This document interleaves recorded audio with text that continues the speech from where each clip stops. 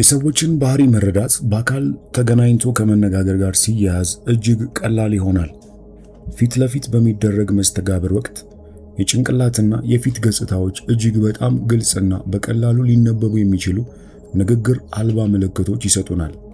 በዚህ ምዕራፍ ከፊትና ተያያዥ ካላቸው የሰውነት ክፍሎች ሊተረጎሙ የሚችሉ የተለመዱ የስሜት መግለጫዎችን እንዳስሳለን። እንደተለመደው ቻናሉን ላይክ፣ ሰብስክራይብ እንዲሁም ሼር በማድረግ ይህንን መጽሐፍ ደግሞ ሙሉን የምትፈልጉ ብቻ ከታች ባለው የቴሌግራም ሊንክ አድራሻ ልትጽፉልን ትችላላችሁ። ጭንቅላት በሰው አካል አወቃቀር ጥናት ወይም አናቶሚ መሰረት ጭንቅላት የተገነባው ከራስ ቅል እንዲሁም ከእርሱ ጋር ከተያያዙ አጥንቶችና ለስላሳ አጥንቶች ሲሆን ይህም የታችኛውን መንጋጋ ይጨምራል። ጭንቅላት ከጀርባ አጥንት ጋር የሚገናኘው በአንገት የአከርካሪ አጥንቶችና አትላስ በሚባለው የአጥንት ክፍል አማካኝነት ነው። ጡንቻዎች፣ የደም ስሮችና ነርቮች ጭንቅላትን ከአንገት ጋር ያገናኙታል። የጭንቅላት አንዱና ዋናው ተግባር አንጎልን ከአደጋ መከላከል ነው። ጭንቅላት የሚለው ቃል የሰዎችን ብቻ ሳይሆን የትኛውንም ከአንገት በላይ ያለ ክፍል ለመግለጽ ሊያገለግል ይችላል። አንድ ሰው ጭንቅላቱ በተለምዶ ከ5 እስከ 11 ፓውንድ ወይም ደግሞ ከ2.3 እስከ 5 ኪሎ ግራም ይመዝናል። ፊት የሚገኘው በጭንቅላት የፊት ለፊት ክፍል ላይ ሲሆን አይኖችን፣ አፍንጫንና አፍን ይይዛል። ደም ወደ ጭንቅላት የሚደርሰው በውስጣዊና ውጫዊ የካሮቲድ ደም ወሳጅ ቧንቧዎች አማካኝነት ነው። ውስጣዊ የሚለው የሚያመለክተው በራስ ቅል ውስጥ የሚገኙትን ደም ወሳጅ ቧንቧዎች ሲሆን ውጫዊ ደግሞ የሚባለው ከራስ ቅል ውጭ ያሉትን ያመለክታል። የራስ ቆዳ ደም የሚያገኘው በአንገት አከርካሪ አጥንቶች በኩል ወደ ላይ ከሚጓዘው የቨርቴብራል ደም ወሳጅ ቧንቧዎች ነው። ጭንቅላት በ12 ጥንድ የካሮኒያል ነርቮች ቁጥጥር ስር ነው። የፊታችን የፊት ለፊት ክፍል ስሜት ወይም ሴንሴሽናል የሚመጣው ከትራይሚዲያል ነርቭ ቅርንጫፎች ነው። ጭንቅላታችን 2 አይኖች፣ 2 ጆሮዎች፣ 1 አፍንጫና በአፍ ውስጥ የሚገኘውን ምላስ ይይዛል። የራስ ቅልም አንጎልን በውስጡ ጠብቆ ይይዛል። እነዚህ ሁሉ አካላት በጋራ በመሆን እንደ የሰውነት ማዕከላዊ የመረጃ ማቀነባበሪያ ስርዓት ወይም ሴንትራል ፕሮሰሲንግ ሲስተም ሆነው ያገለግላሉ። መረጃዎች በስሜት ሕዋሳት ክፍት ቦታዎች በኩል ወደ ውስጥ ይገባሉ። አንጎልም ያንን መረጃ ይተረጉመዋል። ለማዕከላዊ የነርቭ ስርዓት ሲኤንኤስ ወይም ሴንትራል ነርቨስ ሲስተም ምስጋና ይግባውና የሰው ልጅ መረጃን እጅግ በጣም በፍጥነት ማቀናበር ይችላል። ስለ ሰው ፊት ስናወራ የሰው ፊት ሰዎችን ለመለየት ከምንጠቀምባቸው ዋና መለያዎች አንዱ ነው። የሰው ልጆች ከትልቅ የጭንቅላት ቅል በታች የሚገኘው አጭርና ወደ ኋላ የተለጠጠ ፊት አላቸው። በተፈጥሮ የሚቀርቡልን ዘመዶቻችንን ብንመስልም እያንዳንዱ ፊት ግን ልዩና የተለየ ነው። የፊት አጥንት መዋቅር ለተለያዩ ስርዓቶች፣ ለመተንፈስ፣ ለምግብ መፍጨት፣ ለሽታና ለእይታ አስተዋጽኦ ከሚያደርጉ 14 ነጠላ አጥንቶች የተገነባ ነው።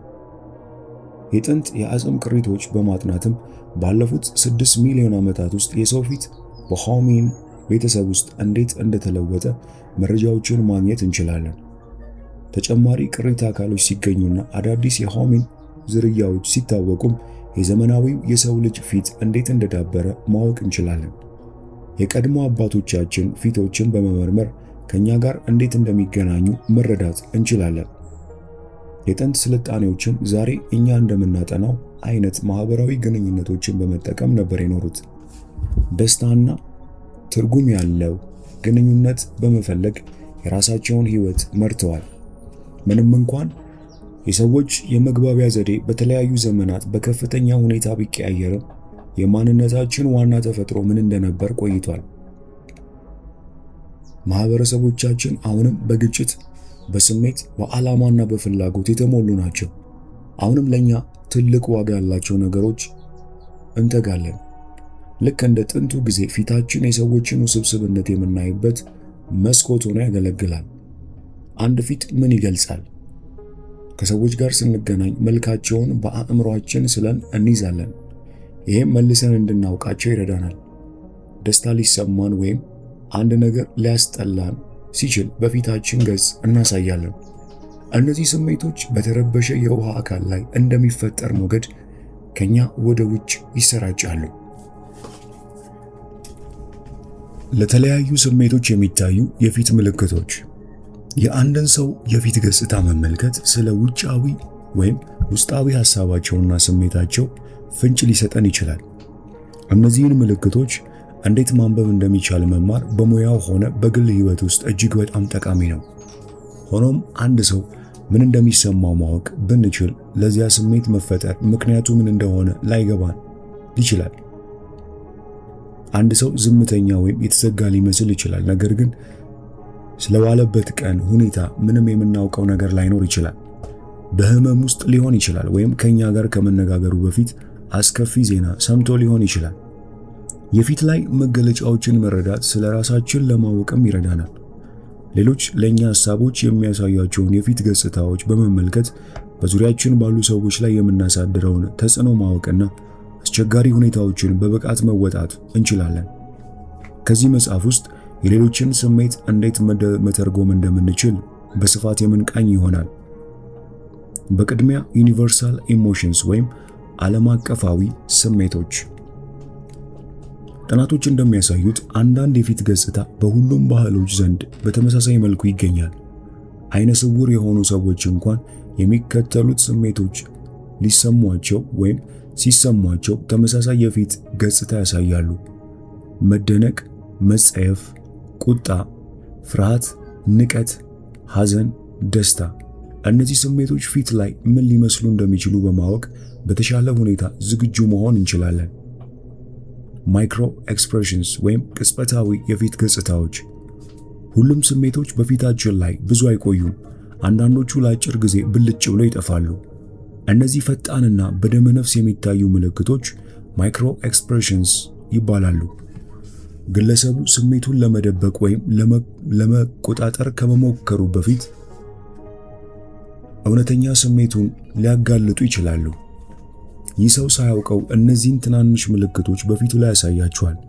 ብልጭ ብለውም ድንገት ይጠፋሉ። አይብሮስ ወይም የቅንድብ እንቅስቃሴዎች። ሰዎች ብዙውን ጊዜ ሳያውቁት ለአካባቢያቸው ሁኔታ በቅንድቦቻቸው ምላሽ ይሰጣሉ። ወደ ላይ የተነሳና የተንጠለጠለ ቅንድብ መደነቅን ያመለክታል። ወደ ታች የወረደና የተጠጋጋ ቅንድብ ደግሞ ቁጣን ያሳያል። የቅንድብ የውስጠኛው ጫፍ ወደ ላይ ሲልም ግለሰቡ ሐዘን እየገለጸ ሊሆን ይችላል። በመቀጠል የምናየው አይኖችን ይሆናል። አይኖች ከቅንድብ በበለጠ ብዙ ነገሮችን ይገልጻሉ። በደንብ የተከፈቱ አይኖች መደነቅን ያሳያሉ። ጠንካራና ትኩረት ያደረገ እይታ ቁጣን ያሳያል። በአይን ጥግ ላይ የሚፈጠሩ ትናንሽ ሸለቆዎች እውነተኛ ደስታን ያሳያሉ። ብዙ ሰዎች ፍርሃትን ወይም የፍቅር ፍላጎትን በተደጋጋሚ የአይን ቆብ በማርገብገብ ይገልጻሉ። በጣም ፈጣን የአይን ቆብ እንቅስቃሴ ደግሞ ውጥረት ወይም ታማኝነት ማጣትን ሊያመለክት ይችላል። አፍ የሰዎችን ስሜት ለመረዳት ሌላኛው ወሳኝ መሳሪያ ነው። ወደ ታች የወረደ አገጭ ወይም ክፍት አፍ መደነቅን ያሳያል። አፍን ከፍቶ በድንጋጤ መተንፈስ ፍርሃትን ሲያመለክት፣ የአፍ አንደኛው ወገን ወደ ላይ ሲል ጥላቻን ወይም ንቀትን ያሳያል። ከንፈሮች ወደ ላይ ሲታጠፉ ደስታን፣ ወደ ታች ሲታጠፉ ደግሞ ሐዘንን ያመለክታሉ። ተጨማሪ ምልክቶች። ጭንቀት ብዙውን ጊዜ ከንፈርን ወይም የጉንጭን የውስጠኛ ክፍል በመንከስ ይገለጻል። ሰዎች አለመወደድን ወይም ተቃውሞን ለማሳየት ከንፈራቸውን ወደ ላይ ያወጡታል ወይም ለምቦጫቸውን ይጥላሉ። አፍን በእጅ መሸፈን አንድ ሰው ሚስጥር እየደበቀ እንደሆነ ወይም ሊናገር የፈለገው ነገር አምልጦት እንዳይወጣ እየያዘ መሆኑን ሊያመለክት ይችላል። ይህ በእንዲህ እንዳለ የተለያዩ ስሜቶችን ለመረዳት የሚረዱ የተለመዱ ምልክቶች አሉ። ደስታ መፈለግ። ደስታ በብዙዎች የተለያዩ ቅርጾች የሚገለጽ ሲሆን ብዙ ሰዎችም ምልክቶቹን ላይለዩ ይችላሉ። አንዳንድ ግለሰቦች ሌሎችን በማሰቃየት እርካታን ያገኛሉ። ነገር ግን ደስታን ለማግኘት የሚያስፈልግ ነገር ሁሉ ቀድሞውኑ በአካባቢ እንዳለ ማስታወስ አስፈላጊ ነው። ያለህን ሀብቶችና በረከቶች ለማድነቅ ጊዜ ውሰድ። አንደኛ፣ በታማኝነትና በመርህ ኑር። ደስታን ወደ ህይወት ለመጋበዝ በራስህ አቅም፣ እሴቶች፣ እምነቶችና አስተያየቶች መሰረት ለመኖር ሞክር። ድርጊቶችና መርሆች ለእውነተኛ ደስታ መሰረት ሊሆኑ ይችላሉ። ለምሳሌ ስለ ተፈጥሮ በጥልቀት የምታስብ ከሆነ ተፈጥሮን ላለማቆሸሽ ጥንቃቄ ማድረግ ትጀምራለህ። ቤተሰብ ካለ ከነሱ ጋር ደስተኛ መሆንና አብረህ በቂ ጊዜ ማሳለፍ በቂ ነው። ላንተ በጣም አስፈላጊ የሆነውን ላይ ለነዚያም ነገሮች ቅድሚያ በሚሰጥ መንገድ ኑር። ሁለተኛ፣ በአሁን ጊዜ መኖርን ተለማመድ። በአሁኑ ጊዜ ላይ መኖርን አተኩር። ስላለፈው ነገር በማሰብ ወይም አስቀድሞ ስለተፈጠረው ነገር በመጨነቅ ጊዜን አታባክን። የቆዩ ክስተቶች ወደ ታች እንዲጎትቱ ከመፍቀድ ይልቅ አሁን ባለህበት ህይወት ተደሰት። በየቀኑ ምስጋናን አቅርብ። በየጊዜው አድናቆትን መግለጽ ወደ እርካታና ደስታ ይመራል። ደግነትን ስታሳይ ወይም ለአንድ ሰው ከልብ የመነጨ ምስጋና ስትሰጥ ብዙውን ጊዜ ሞቅ ያለ የደስታ ስሜት በውስጥ ይፈጠራል። እናም ምስጋናን የዕለት ተዕለት ልማድ አድርገው። አራተኛው፣ በስራ እርካታን ማግኘት። በምታደርገው ነገር መደሰት የደስታ ምልክት ነው። ድርጊቶች ትርጉም እንዳላቸው ባመንክ ቁጥር በዓለም ላይ በምታመጣው ለውጥ የበለጠ እርካታ ይሰማሃል። ይህ ስሜት የግድ ከሙያ ጋር መያያዝ የለበትም። ትርጉም ያለው ሆኖ የሚሰማ ሌላ ማንኛውም እንቅስቃሴ የውስጣዊ ሰላም ስሜትን ሊፈጥር ይችላል። በመቀጠል የምናየው የተለመዱ የሐዘን ምልክቶችን ይሆናል። ብዙ ሰዎች ሐዘናቸውን ወይም ድብርታቸውን ለመደበቅ ይሞክራሉ፣ ነገር ግን የሚያሳዩቸው ምልክቶች ይኖራሉ። አንድ ሰው ሐዘን ሲሰማው ወይም በስሜት ሲዳከም የሚከተሉትን ምልክቶች ሊያሳይ ይችላል። አንደኛ፣ የክብደትና የምግብ ፍላጎት መቀየር። ከመጠን በላይ መብላት ወይም ምግብ መቀነስ ከክብደት ጋር ሊያያዝ ይችላል። አንዳንዶች ምቾትን ሲፈልጉ አብዝተው ይመገባሉ፣ ሌሎች ደግሞ በስሜት መለዋወጥ ምክንያት የምግብ ፍላጎታቸውን ያጣሉ። እነዚህ ለውጦች ለክብደት መጨመር ወይም መቀነስ ምክንያት ሊሆኑ ስለሚችሉ ተጨማሪ የአእምሮ ጭንቀት ሊፈጥሩ ይችላሉ። ሁለተኛው፣ የእንቅልፍ ልማድ መቀየር። እንቅልፍና ስሜት በቅርበት የተሳሰሩ ናቸው። የእረፍት እጦት ድብርትን ሊጨምር ይችላል። ሐዘን ደግሞ እንቅልፍ ማጣትን ሊያስከትል ይችላል። ከናሽቪል ስፒልስ ፋውንዴሽን የተገኘ ጥናት እንደሚያመለክተው እንቅልፍ የማጣት ችግር ያለባቸው ሰዎች ድብርት ውስጥ የመግባት ዕድላቸው በ10 እጥፍ ይጨምራል። ከመጠን በላይ መተኛትም ለእነዚህ ነገሮች አስተዋጽኦን ያደርጋል። ሶስተኛ፣ የአደንዛዥ ዕፅና የአልኮል አጠቃቀም።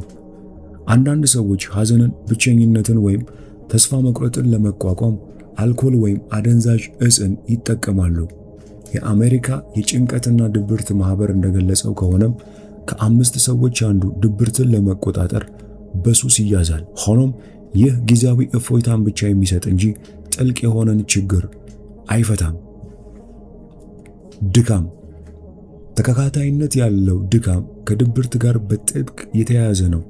ጥናቶች እንደሚያሳዩት 90% የሚሆኑት የድብርት ችግር ያለባቸው ሰዎች ድካም ያጋጥማቸዋል። አንዳንድ ሰዎች ዝም ብለው መሰላቸት ሊሰማቸው ቢችልም ከባድ ድካም ከሌሎች ምልክቶች ጋር ሲጣመር የስሜት መጎዳት ሊያመለክት ይችላል። የተለመዱ የጭንቀት ምልክቶች። ጭንቀት ወይም አናግዚቲ ዲስኦርደር እንዳለ የሚጠቁሙ በርካታ ምልክቶች አሉ። አንደኛ፣ ከመጠን በላይ መጨነቅ። ከልክ ያለፈ ጭንቀት የጭንቀት ዋነኛ ምልክት ነው። ፍርሃት የየዕለት ተዕለት ሕይወት አካል ቢሆንም ከአቅም በላይ ሲሆን በተለይም ዕድሜያቸው 65 አካባቢ በሆኑ ሰዎች ላይ ወደ ህመም ሊያመራ ይችላል። ሲብስም ይህ ጭንቀት መደበኛ ኑሮን ይረብሻል። ሁለተኛ፣ የመረበሽ ስሜት። ስንጨነቅ የነርቭ ስርዓት ከልክ በላይ ይነቃቃል። ይህም እንደ እጅ ማላብ፣ የአፍ መድረቅ፣ የልብ ምት መጨመር፣ ማዞርና መንቀጥቀጥ ያሉ አካላዊ ምልክቶች ይፈጠራሉ። እነዚህ ምላሾች የሚመጡት ከሰውነት ተጋፈጥ ወይም ሽሽ ፋይት ኦር ፍላይት ስርዓት ጋር በተያያዘ ነው። የሆነ አደጋ ሲከሰትም መጋፈጥ ወይም መሸሽን እንደምንመርጥ ሁሉ ጭንቀት ውስጥም ስንገባ ተመሳሳይ ስሜት ይፈጠርብናል። እናም ምንም እንኳን አደጋ ላይ ባንሆንም ተከታታይ የጭንቀት ምልክቶች ሲኖሩብን ልክ አፋጣኝ አደጋ ላይ እንዳለን እንዲሰማን ያደርጋሉ። ሶስተኛ፣ እረፍት ማጣት። እረፍት ማጣት በተለይ በልጆችና ወጣቶች ላይ የተለመደ የጭንቀት ምልክት ነው። ዘወትር ምቾት ማጣትና መወጠር ሊሰማን ይችላል። በ128 ጭንቀት ባለባቸው ሕፃናት ላይ በተደረገ ጥናት መሰረት 74% የሚሆኑት እረፍት ማጣት አጋጥሟቸዋል። ለ6 ወራት ወይም ከዛ በላይ የመረበሽ ስሜት መሰማት በጭንቀት የመታወክ ምልክት ሊሆን ይችላል። ድካም፣ በቀላሉ መድከም ሌላው ምልክት ነው። ጭንቀት ላይ ስንሆን ሰውነት ያለማቋረጥ በተጠንቀቅ ላይ በመሆኑ ይደክማል። አንዳንድ ሰዎች ከፍተኛ ጭንቀት ውስጥ ሲሆኑ ድንጋጤ ወይም ፓኒክ አታክስ ሊያጋጥማቸው ይችላል። ሌሎች ደግሞ ስር የሰደደ ድካም ይሰማቸዋል። ይህ ምልክት ከድብርትና ሌሎች ህመሞች ጋርም ይያያዛል። በመቀጠል የምናየው የተለመዱ የፍርሃት ምልክቶችን ይሆናል። ብዙ ከፍርሃት ጋር የተያያዙ ምልክቶች ለየብቻ ሲታዩ ጉዳት የሌላቸው ስለሚመስሉ ትኩረት ላይሰጣቸው ይችላል። እነዚህ ምልክቶች ድብቅ ፍርሃትን ያመለክታሉ። አንደኛ፣ የጨጓራ ህመም ወይም ቃር። ፍርሃትና ጭንቀት ሰውነታችን አላስፈላጊ የጨጓራ አሲድ እንዲያመነጭ በማድረግ ለቃር ወይም ሄርት በርን ይዳርጋል። በጸረ አሲድ መድኃኒቶች ላይ ብቻ ከመደገፍ ይልቅ ሕክምናና የቤተሰብ ጤና ታሪክ መረዳት የችግሩን ምንጭ ለመፍታት ይረዳል። ቀልድና የምር የሆነን ነገር ያለመለየት ችግር። ስንፈራ ማንኛውንም ቀልድ የእውነት የሆነ ያህል ያስደነግጠናል። የልብ ምት መፍጠን፣ ማላብና ምቾት ማጣት ቀልድን እንደ ቀልድ ለመቀበል አስቸጋሪ ያደርጉብናል። ነገር ግን ሳቅና ቀልድ ፍርሃትን ለመቋቋም ከሚረዱ ምርጥ መንገዶች አንዱ ነው። ለጨነቃቸው ሰዎች የመዝናኛ ጊዜ መስጠት፣ ዘና እንዲሉ ማድረግ ከአቅም በላይ ከሆኑ ሐሳቦቻቸው እንዲያመልጡ ይረዳቸዋል። ሶስተኛ፣ የቆዳ ሽፍታ። ፍርሃት የቆዳ ማሳከክ ወይም ሽፍታ ሊያስከትል ይችላል። ብዙውን ጊዜ ይህ በጀርባ ላይ ስለሚመጣ ላናስተውለው እንችላለን። አራተኛ፣ ከፍተኛ ድካም። የእንቅልፍ ሰዓት ወጥነት የሌለው ይሆናል። ጠዋት ስንነሳ ድካም ይሰማናል። ቀኑንም በስጋት እንጀምራለን። ምንም እንኳን ጥረት ብናደርግም ዘወትር የድካም ስሜት ይሰማናል። እነዚህ ምልክቶች ከዶክተር ወይም ከአእምሮ ጤና ባለሙያ ጋር በመመካከር መፍትሄ ሊበጅላቸው ይችላል። የተለመዱ የቁጣ ምልክቶችን በመቀጠል እንመልከት።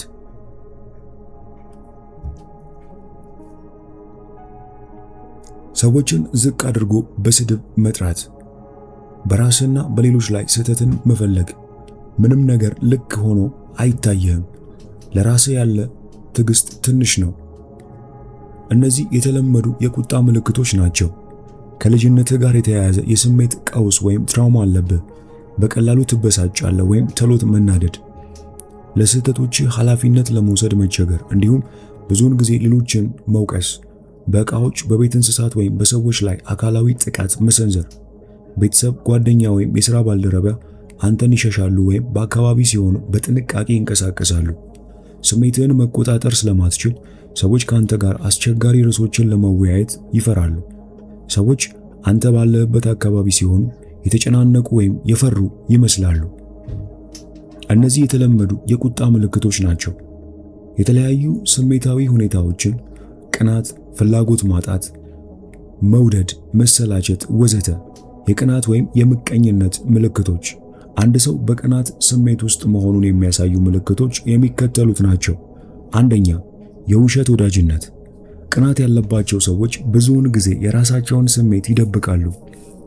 ከአንተ ጋር ሲነጋገሩ ወዳጅ መስለው ይቀርባሉ፣ ነገር ግን በኋላ ከሌሎች ጋር ሲያሙ ልትሰማ ትችላለህ። እነዚህን ሰዎች ለመረዳት አስቸጋሪ ነው። ትክክለኛ ፍላጎቶቻቸውን ለማወቅም እጅጉን ይከብዳል።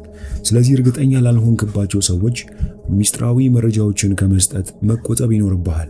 ለስኬቶችህ ሌሎች እንዴት ምላሽ እንደሚሰጡ በትኩረት ተከታተል።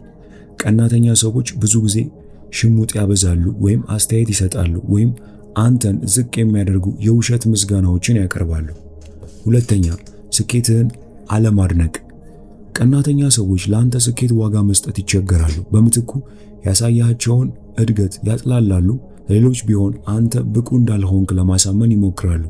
ስኬቶችህን ለየትኞቹ ጓደኞች መንገር እንዳለብህ ተጠንቀቅ፣ ምክንያቱም በኋላ መረጃውን ተጠቅመው ስኬትህን ለማራከስ ሊጠቀሙበት ይችላሉ። ሶስተኛው ስለ ራሳቸው ስኬት ብቻ ማውራትን ይወዳሉ። ቀናተኛ ሰዎች ስለ ራሳቸው ስኬት ያለማቋረጥ ያወራሉ። እነዚህ የበላይ ሆነው ለመታየት ሲሉ አንተን ከምትለው ነገር በላይ አድርገው የራሳቸውን ስኬት ለማውራት ይሞክራሉ። እንዲሁም ለእነሱ ስጋት ነው ብለው የሚያስቡትን ሰው በተለይም የበለጠ ስኬታማ የሚመስለውን ሰው ለማዋረድ ይጥራሉ። የመወዳደር ጉጉት አለባቸው። ቀናተኛ ጓደኛ ብዙውን ጊዜ ካንተ እንደሚበልጥ የማሳየት ፍላጎት አለው። ከመጠን በላይ ተወዳዳሪ ሊሆን ይችላል። እርካታ የሚያገኘውም የበላይነቱ ሲያረጋግጥ ብቻ ነው። እንዲያውም ከእርሱ የበለጠ ስኬታማ ነው ብሎ የሚያስበውን ሰው ስም ለማጥፋት ወይም ለማዋረድ ይሞክራል። ለእንደዚህ አይነት ሰው ሌሎችን ዝቅ ማድረግ እንደ ዕድል ይቆጠራል። የፍላጎት ማጣት ምልክቶች በፍቅር ግንኙነት ውስጥ። እነዚህ ምልክቶች የትዳር ወይም የፍቅር አጋር ፍላጎት እየቀነሰ መምጣቱን ሊያመላክቱ ይችላሉ። አንደኛ፣ የወሲብ ፍላጎት ማጣት። በማንኛውም ግንኙነት ውስጥ አልፎ አልፎ መቀዝቀዝ የተለመደ ነው። የረዥም ጊዜ የወሲብ ፍላጎት መቀነስ በሆርሞኖች፣ በጭንቀት ወይም በግል ደህንነት ማጣት ምክንያት ሊከሰት ይችላል። መጥፎውን ከመገመት በፊት በቅርቡ የተከሰቱ ለውጦች ካሉ ጠይቅ። ይህ ፍላጎት ማጣት አሳሳቢ የሚሆነው ከሌሎች የፍላጎት ማጣት ምልክቶች ጋር አብሮ ሲታይ ነው። ትናንሽ ችግሮች ተጋነው እንዳይታዩ መደምደሚያው ላይ ከመድረስ በፊት ሁኔታውን በደንብ አስተውል። ሁለተኛ፣ ስለ ወደፊቱ አለማሰብ። በአዲስ ግንኙነቶች ውስጥ አጋሮች ብዙውን ጊዜ ስለ ወደፊቱ አብረው ያስባሉ። ይህ የሚያሳየው እርስ በርስ በልባቸው ውስጥ ትልቅ ቦታ እንዳላቸው ነው። ግንኙነቱን መጠራጠር ከጀመርክም ስለ ወደፊቱ እቅዳችሁ ጠይቅ። በእቅድ ውስጥ አንተን ማካተት ከከበዳት ይህ በስሜቷ ለውጥ መኖሩን ሊያመለክት ይችላል። ሶስተኛ፣ ያለ አጋር በተደጋጋሚ ለብቻ መሆን። የግል ጊዜ መውሰድ ጤናማ ነው። እያንዳንዱ ሰውም የራሱ ፍላጎትና የትርፍ ጊዜ ማሳለፊያ ሊኖረው ይገባል። የፍቅር አጋሮችም ይህንን መደገፍ አለባቸው። ለብቻ መሆን ማለት አትወድም ማለት ሳይሆን በተለይም ከ2 ዓመት በኋላ ጥንዶች የተወሰነ የግል ቦታቸውን መፈለጋቸው የተለመደ ነው። ሆኖም አጋርህ በቋሚነት ያላንተ ብቻዋን ዝግጅቶችን፣ ድግሶች ላይ የምታሳተፍ ከሆነ ይህ የፍላጎት ማጣት ሊያመለክት ይችላል። ባህሪዋን አስተውል። ስልኳን ትደብቃለች። ከሌሎች ጋርስ እንዴት ናት? የፍቅር ግንኙነት ያላት ትመስላለች? እውነተኛ የፍላጎት ማጣት ምልክቶች ብዙውን ጊዜ ግልጽ ናቸው። የብቸኝነት ስሜት። አብራችሁ የምታሳልፉበት ጊዜ ተቀይሯል። አንደኛው ከድብርት፣ ጭንቀት ወይም ከሥራ ውጥረት ጋር እየታገላችሁ ነው። እነዚህ የህይወት ፈተናዎች ጊዜያዊ የብቸኝነት ስሜት ሊፈጥሩ ይችላሉ። ይህም የግድ ግንኙነቱ እያበቃ ነው ማለት አይደለም። ነገር ግን በመሃል ያለ ፍቅር ሲጠፋ የብቸኝነት ስሜት እያደገ ይሄዳል። በዚህ ጊዜ በአካል ወደ ሌሎች ሰዎች መሳብ ልትጀምሩ ትችላላችሁ። ይህም በግንኙነት ውስጥ የጎደለ ነገር እንዳለ ያሳያል። የፍላጎት ወይም የመወደድ ምልክቶች። አንድ ሰው በአንተ ላይ ፍላጎት እንዳለው የሚያሳዩ ምልክቶች አሉ። አንደኛ፣ ከጓደኞቹ ተለይቶ መቅረብ። ሴቶች ብዙውን ጊዜ ለመዝናናት ሲወጡ ለደህንነትና ለመደጋገፍ ሲሉ በቡድን ሆነው ይንቀሳቀሳሉ። እንዲህ ባለ ሁኔታ ውስጥም እንኳን ሴት መቅረብ ከባድ ሊሆን ይችላል። ነገር ግን አንዲት ሴት አንተን ለብቻ ለማግኘት ከቡድኗ ከተለየች ይህ ምቾት እንደተሰማትና ፍላጎት እንዳላት ያሳያል። ሁለተኛ፣ ወደ አንተ ማዘንበል። የሰውነት ቋንቋ ከቃላት በላይ ይናገራል። የመሳብ ምልክት አንዱ ሰውነትን ወደ አንተ ማዘንበሏ ነው። ሰዎች ወደማይወዱት ሰው አይጠጉም። ወደ አንተ ማዘንበሏ ሙሉ ትኩረት እንደሰጠችህና ፍላጎት እንዳላት ያሳያል። ጥያቄዎችን መጠየቅ። ሰዎች ገና ከመናገር በፊት ስለ አንተ ፈጣን ግምገማን ያደርጋሉ። ባዶ ቦታዎችን ለመሙላት ጥያቄዎችን ይጠይቃሉ። የፍቅር ፍላጎትም ሰዎችን ጉጉ ያደርጋቸዋል። ስለሌላው ሰው ትንንሽ ዝርዝሮች ሳይቀር ማወቅ ይፈልጋሉ። እናም አንድ ሴት ምን እንደምታስብ ማወቅ ከፈለገች ወይም ብዙ ጥያቄዎችን የምትጠይቅ ከሆነ ይህ የመሳብ ምልክት ሊሆን ይችላል። ፊትህን በትኩረት መመልከት። ፍላጎት ያላት ሴት ብዙውን ጊዜ ፊትህን በትኩረት ትመለከታለች። ይህም አንተን በደንብ ለመረዳት ካላት ፍላጎት ሊሆን ይችላል። እያወራችሁ እያለም ረጋ ባለ ሁኔታ ይህንን ለማስተዋል ሞክር። የመሰላቸት ወይም የድብርት ምልክቶች። ስር የሰደደ መሰላቸት አዳዲስ የትርፍ ጊዜ ማሳለፊያዎች ወይም አስደሳች ነገሮች እንደሚያስፈልጉ ሊያመለክት ይችላል። ግዴለሽነት የህይወት ጣዕምን በማጥፋት ወይም ጥልቅ ችግሮች ሊያመራ ይችላል። አንደኛ፣ አብዛኛውን ጊዜ በስልክ ማሳለፍ። ሁለተኛ፣ ከበቂ በላይ ወይም ከመጠን በላይ መተኛት። ሶስተኛ፣ የግል ፍላጎት ማጣት። አራተኛ፣ በቀን ቅዠት ወይም ዴይድሪምስ ውስጥ መዋኘት። እረፍት ወይም መፍትሄ መፈለግ ምልክቶች። እነዚህ ምልክቶች እረፍት ወይም መፍትሄን እንደሚያስፈልግ ይጠቁማሉ።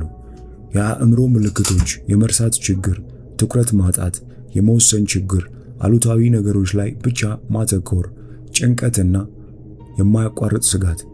የአካል ምልክቶች ማዞር፣ የደረት ህመም፣ የልብ ምት መጨመር፣ የወሲብ ፍላጎት መቀነስ፣ ተደጋጋሚ ህመም፣ የሆድ ቁርጠትና የሰውነት ህመም። የባህሪ ምልክቶች ከመጠን በላይ መብላት፣ የምግብ ፍላጎት ማጣት፣ ከመጠን በላይ ወይም በታች መተኛት፣ ኃላፊነቶችን ችላ ማለትና የአደንዛዥ እጽ ወይም አልኮል መጠቀም። የስሜት ምልክቶች ደስታ ማጣት፣ መረበሽ፣ ንዴት፣ ከሰው መገለልና የአእምሮ ጭንቀት። በመቀጠል የምናየው የጭንቀት ወይም ስትረስ ምልክቶችን ይሆናል። እነዚህ ምልክቶች ከጭንቀት ጋር እየታገልክ መሆኑን ሊያመለክቱ ይችላል።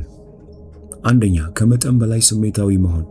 ቶሎ መነካት ወይም ስሜታዊ መሆን ጭንቀት መረጋጋትህን እየነካው መሆኑን ያሳያል። ተደጋጋሚ ሮሮ ወይም ለቅሶ ያልተመጣጠነ የአእምሮ ሁኔታን ያሳያል። ሁለተኛ፣ ከአቅም በላይ መስራት። ከአቅም በላይ መስራት የጭንቀት መንስኤ ምልክትም ሊሆን ይችላል። አንዳንድ ጊዜ ሰዎች ሌሎች የህይወታቸውን ክፍሎች ላለመጋፈጥ ራሳቸውን በሥራ ይቀብራሉ። ይህም ደግሞ ጭንቀትና ድካምን ይፈጥራል። ሶስተኛ፣ የባህሪ መለዋወጥ ወይም ሙዲነስ። ተለዋዋጭ ባህሪ ወይም ስሜት የማስጠንቀቂያ ደውል ነው። ከአቅም በላይ የሆነ ስሜት እንዲሰማ የሚያደርጉ ድብቅ ችግሮች ሊኖሩ ይችላሉ። ይህ ስሜታዊ ጫና ነገሮችን በትክክል እንዳትረዳና ችግሮችን ለመቋቋም እንድትቸገር ያደርግሃል።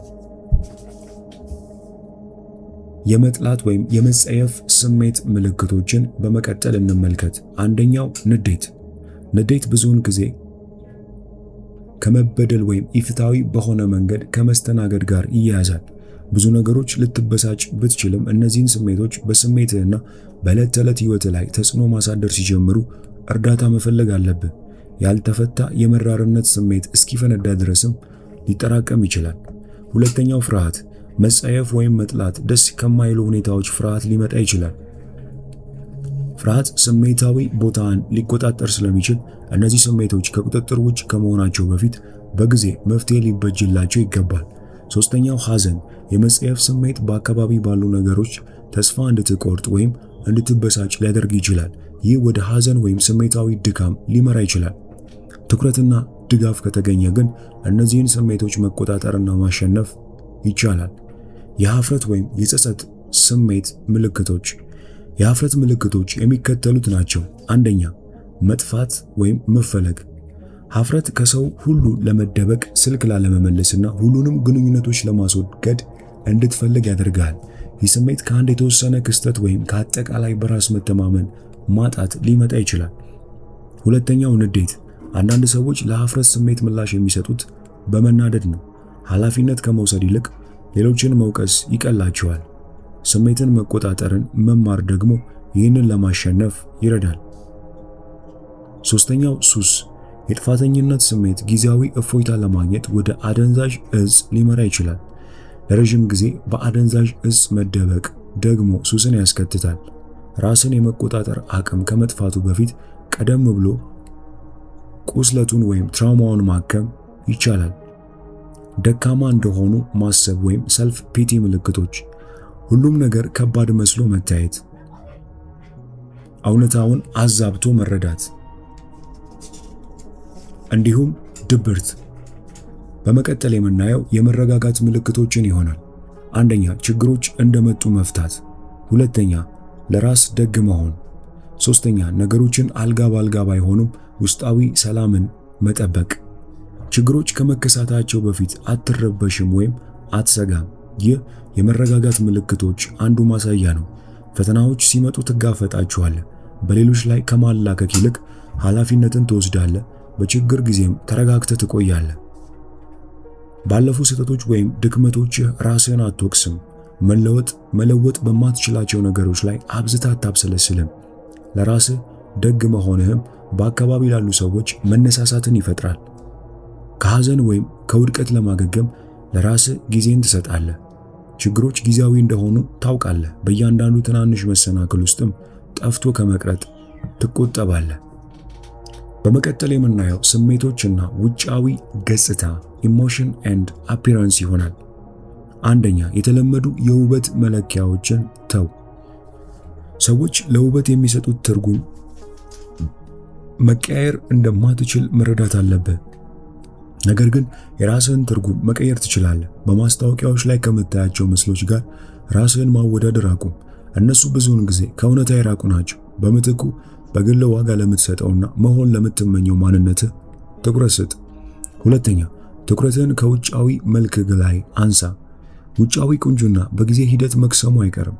ማንም ሰው ለዘላለም ወጣት ሆኖ አይኖርም። እንዲሁም በጣም ጥርት ያለ ቆዳ እንኳን ውሎ አድሮ ይሸበሸባል።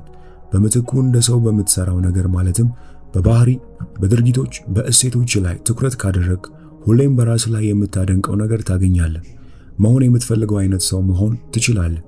ከላይ ከሆኑ ጥልቀት ከሌላቸው መለኪያዎች መራቅህ ትርጉም ያላቸው ፍላጎቶችን እንድትገነባና ስብዕናህን እንድታዳብር ነፃነት ይሰጥሃል። ሶስተኛ፣ አሉታዊ ስሜቶችን ለማስተናገድ ለራስህ ፍቃድ ስጥ። መጥፎ ስሜት መሰማት የሰው ልጅ ተፈጥሯዊ ክፍል ነው። ህመም ያስተምረናል፣ ይቀርጸናል። ያሳለፍካቸው አስቸጋሪ ሁኔታዎች እንኳን ለጥሩ ነገር ሊያዘጋጁ ይችላሉ። ጠንካራና ብልህ የሆነው ማንነትህን ለመፍጠርም ይረዳሉ። በዚህ ራስህን የመፈለግ ሂደት ውስጥ ለራስህ ትዕግስትና ደግነት ይኖርህ። ጉዞ ከባድ ነው፣ ውጤቱ ግን አስደናቂ ሊሆን ይችላል። በመጨረሻም ፈገግ በል። ፈገግታ ከሰው ወደ ሰው በቀላሉ ይጋባል። ሰዎች በተፈጥሮ ቀናነትን ወደሚያንጸባርቁ ሰዎች ይሳባሉ። የእኛን እሴቶች የሚያንጸባርቁ ሰዎችን በዙሪያችን ማድረግ እንወዳለን። ደስታንም ሁሉም ሰው ይፈልገዋል። ፈገግታ ለሌሎች ሰዎች ይበልጥ ግልጽ፣ ሞቅ ያለና የሚቀረብ ማንነት እንዳለ እንድታሳይ በእጅጉ ይረዳል። ታማኝነት ግለሰቦች ታማኝ እና እምነት የሚጣልባቸው ጓደኞች የመሳብ አቅም አላቸው። አልፎ አልፎ ልትጎዳ ወይም ቅር ልትሰኝ ብትችልም የምታገኘው ጥበብ መጎዳት ትርጉም ያለው ያደርገዋል። ከልባቸው ሐቀኛ የሆኑ ሰዎች ብርቅ ናቸው። ከዚህ መጽሐፍ እንዲና መሰል ሐሳቦችን አይተናል። የትኛው ሐሳብ ተመቻችሁ? ኮሜንት ላይ ጻፉልን። ይህንን ቻናል ላይክ፣ ሼር እንዲሁም ቻናሉን ሰብስክራይብ ማድረግ አይረሳ። ይህ መጽሐፍ ሙሉ በአማርኛ ስላለ መጽሐፉን በመጥቀስ መውሰድ ትችላላችሁ። በሚቀጥለው ጊዜ እንዲና መሰል ህይወት ለዋጭ መጽሐፎችን ወደ እናንተ ይዤ እስከምመጣ ድረስ ቸርን ሰንብት።